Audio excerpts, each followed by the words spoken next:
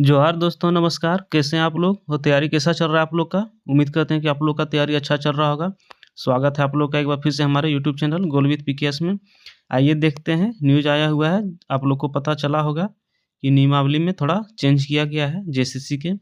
तो आइए देख लेते हैं, छोटा-सा वीडियो है, बने रहिएगा और शेयर भी कर दीजिएगा और चैनल से जुड़े रहिएगा सब्सक्राइब करके, ठीक है? तो आइए देख लेते हैं न्यूज़ क्या है। देखिए, जेएसएससी नियुक्ति नियमावली में बड़ा बदलाव, अब प्रारंभिक परीक्षा भी होगी नेगेटिव मार्किंग लागू। नेगेटिव मार्किंग तो मान के चलिए पहले से भी था, कुछ-कुछ एग्ज़ाम को छोड़ के। तो नेगेटिव मार्किंग पे नहीं जाना है, लेकिन नियमावली पे हमको देखना है हम लोग को कि क्या किस-किस एग्ज़ाम का नियमावली में फ़िलहाल चेंज किया गया है। बहुत ही ज़रूरी है और इम्पोर्टेंट भी है, इसलिए आप लोग देखिएगा वीडियो पूरा। ठीक है, आइए देखते हैं। जेएसएससी नियुक्तियों में अब प्रारंभिक परीक्षा और नेगेटिव मार्किंग लागू होगी। कार्मिक विभाग ने 3 नियमावलियों में संशोधन कर अधिसूचना जारी की है। 50,000 से कम आवेदन पर सीधे मुख्य परीक्षा होगी, अन्यथा प्रारंभिक परीक्षा के बाद मुख्य परीक्षा आयोजित की जाएगी। प्रारंभिक परीक्षा में सामान्य ज्ञान के 120 प्रश्न होंगे और इसमें उत्तीर्ण होने के लिए न्यूनतम अंक निर्धारित किए गए हैं। वीडियो में बने रहिएगा, टोटल चीज़ हम लोग छोटा-सा वीडियो में ही समझ लेते हैं, ज़्यादा बड़ा देखने की ज़रूरत नहीं है। देखिए, इसमें थोड़ा-सा आप लोग को थोड़ा समझा देते हैं कि इसमें नियमावली में चेंज किया गया है कि अब 120 क्वेश्चन रहेगा, आप लोग को पता होगा। 60% झारखंड का वेटेज है, 60 क्वेश्चन झारखंड से रहेगा। उसके अलावा और जो है मैथ से, रीजनिंग से, साइंस से क्वेश्चन रहेगा इसमें। तो 120 प्रश्न है, 15 गुना रिजल्ट होगा, पीटी और मेंस भी होगा।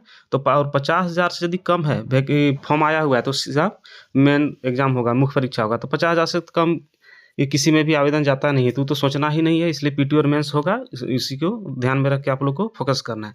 आइए और देखते हैं न्यूज़ क्या है। देखिए, झारखंड कर्मचारी चयन आयोग जेएसएससी के माध्यम से होने वाली नियुक्तियों में अब 2-2 परीक्षाएं होंगी। पहले प्रारंभिक परीक्षा ली जाएगी, जिसमें उत्तीर्ण अभ्यर्थी मुख्य परीक्षा में सम्मिलित होंगे, लेकिन 50,000 से कम आवेदन प्राप्त होने पर सीधे मुख्य परीक्षा होगी। राज्य सरकार के कार्मिक विभाग ने इसे लेकर अपनी 3 नियुक्ति नियमावलियों में संशोधन किया है। इस विभाग ने कैबिनेट की स्वीकृति के बाद उसे अधिसूचित करते हुए उसकी जानकारी जेएसएससी को भेज दी है। इसके तहत जेएसएससी की परीक्षा 2 चरणों, प्रारंभिक और मुख्य परीक्षा के रूप में ली जाएगी।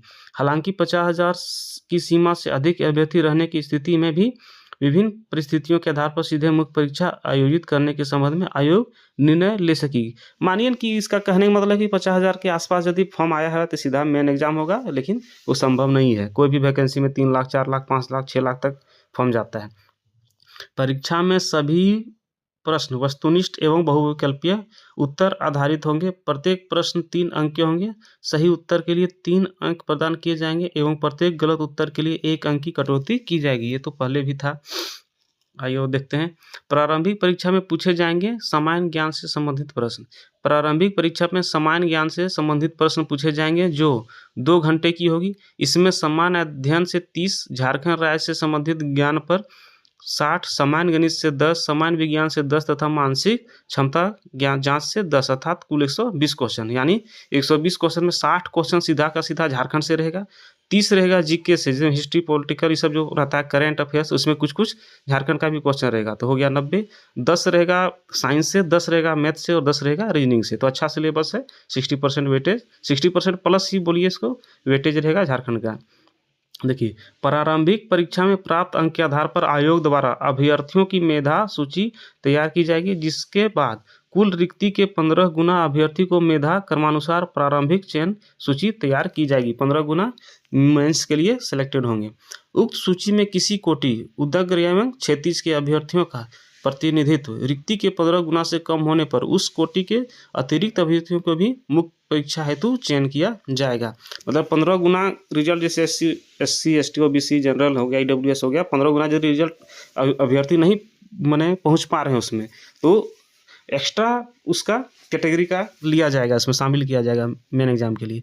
मुख्य परीक्षा के लिए सभी कोटि के अंतिम चयनित अभ्यर्थी के बराबर प्राप्तांक आधारित करने वाले शेष सभी अभ्यर्थियों को भी मुख्य परीक्षा में सम्मिलित होने के लिए चयनित किया जाएगा। इसका कहने का मतलब है कि यदि 15 गुना जो रिजल्ट ले रहे हैं वो कट ऑफ तय कर रहे हैं, तो उसमें से यदि कट ऑफ है 70 नंबर कट ऑफ गया कोई भी कैटेगरी का, तो यदि 70 नंबर कट ऑफ गया और उसमें से 70 नंबर 5 कैंडिडेट का आ गया, तो पाँचों को भी सम्मिलित किया जाएगा। इसलिए 15 गुना से रिजल्ट ज़्यादा ही बढ़ सकता है।